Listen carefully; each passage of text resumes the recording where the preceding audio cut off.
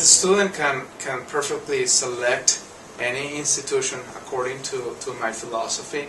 It's just who is the institution that is going to offer you the package deal, whether the package deal is a resident life component, or if that a women's college that you're going to, is that a 2-year institution before you go into the 4-year institution. So I think you have to diversify choices and just wait. Now, if you're a student which financial assistance is not a huge issue, then I guess you get to try to be a little bit more selective, and you look, okay, I like winter sports, or I love summer sports, or had a student that asked me about wind sports like kite surfing and things like that. So if you're trying to be very specific, there are also institutions that are very specific questions in the United States. But if you are not very choosy and selective, there are a range of institutions that can be the right fit for you. For me, it was getting into a small institution. That was very important. I wanted the small class size. There are other students that they want the engineering. So the engineers maybe they're looking for a large research institution. So I think it's doing the homework back home and what is it that you really want, and that's something that we really need to talk about, large versus small.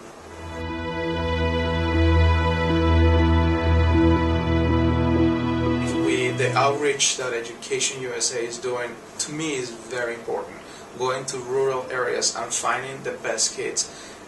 The students, they need to have this embassy of wealth and knowledge called EducationUSA to start their research. So I think first stop, and I always, when I go to college fairs, the kids are clueless, I write the name of the advisor. I usually bring a list with me and say, this is your EducationUSA advising office. Go there and start from here. And then they have the resources. If you don't have a computer, they're going to be able to let you use the computer, the books, and things like that. And also, I like working with sophomores and with 9th graders, 10th graders, so that gives us some preparation time to have them select the right fit. And hopefully they ended up going to the U.S.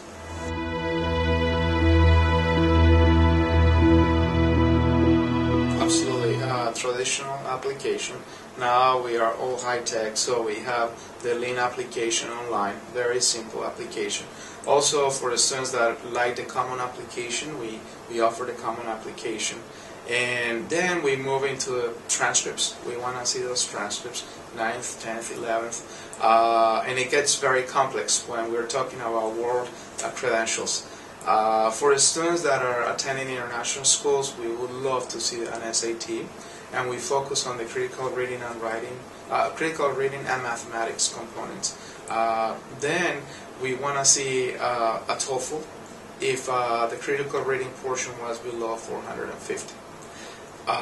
Moving forward, for students attending binational schools, the English is not a structure of the classroom. We are not requiring the SAT, but we are requiring a TOEFL or the IELTS. An essay is very important. We are talking about human component. We like to see essays that are more into, tell me about your family, tell me about your dreams, tell me about you as a human being. What do you want to do, and why our institution is going to move you into the next level. Couple letter recommendations are always welcome, and the minimum application fee, which a lot of students are waived if they apply online. So, and I always tell students, do not let an application fee stop you to applying into our institution.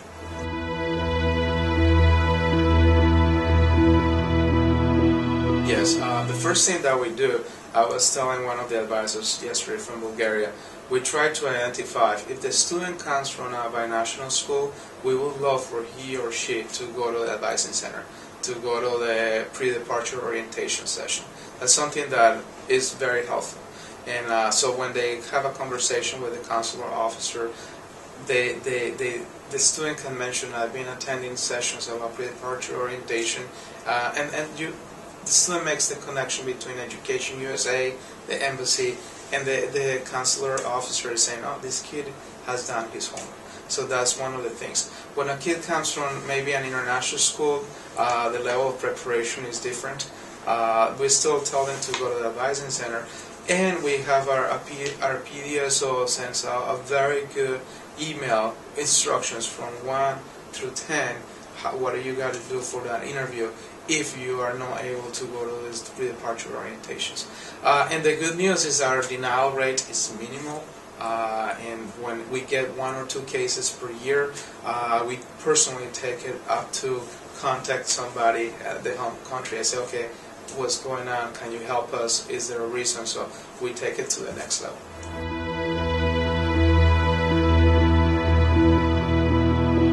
Number one thing is that they need to read their welcome package, A through Z.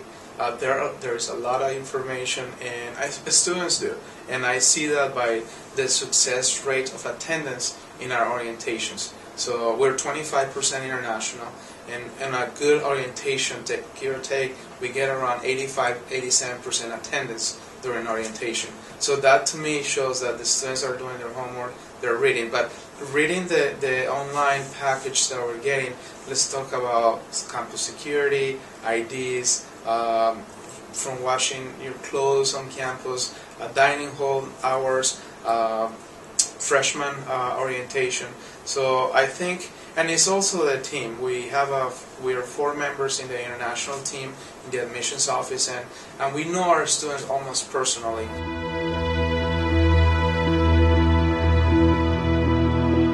We have an international group. We also have the Hispanic OLAS organization for Latin American students. We have multiple organizations. We believe in social work. We send kids around the world. We just send kids to Jamaica. We send kids to Haiti for Journey of Hope. We send kids to. We have sent kids to South Africa, going back and work with villages. So we truly believe with social work. Once they come to Lynn University, we have a multiple number of programs that they can choose from. Programs within the local community, within the United States, perhaps an internship, one that we can get at the White House or Congress of the United States, working with museums in Boca Raton. So there are multiple numbers, and we really encourage the students to move into that direction.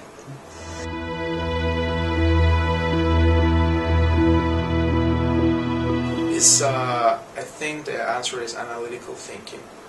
We think differently, always coming out with ideas, always, and very resourceful. That's the message that I hear from the students. And a lot of students at college fairs, they ask me, oh, but our engineering program is very strong in my country.